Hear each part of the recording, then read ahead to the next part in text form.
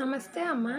మేము మా ప్రహరీ పక్కన కొంచెం ప్లేస్ ఉంటే ఇటుకే రాళ్ళు పేర్చి ఆ మధ్యలో మట్టేసి దొండపాదు, దేవకంచికి పూలు ఉంటాయి కదా తెల్లటివి, ఆ మొక్క, నందివర్ధన మొక్క పెట్టాము.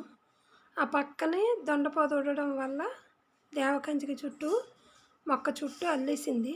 చూడండి, దొండకాయలు కాసింది. నేను ఈరోజు తీస్తాను. చూసారా, అర కేజీ దొండకాయలు వచ్చాయి.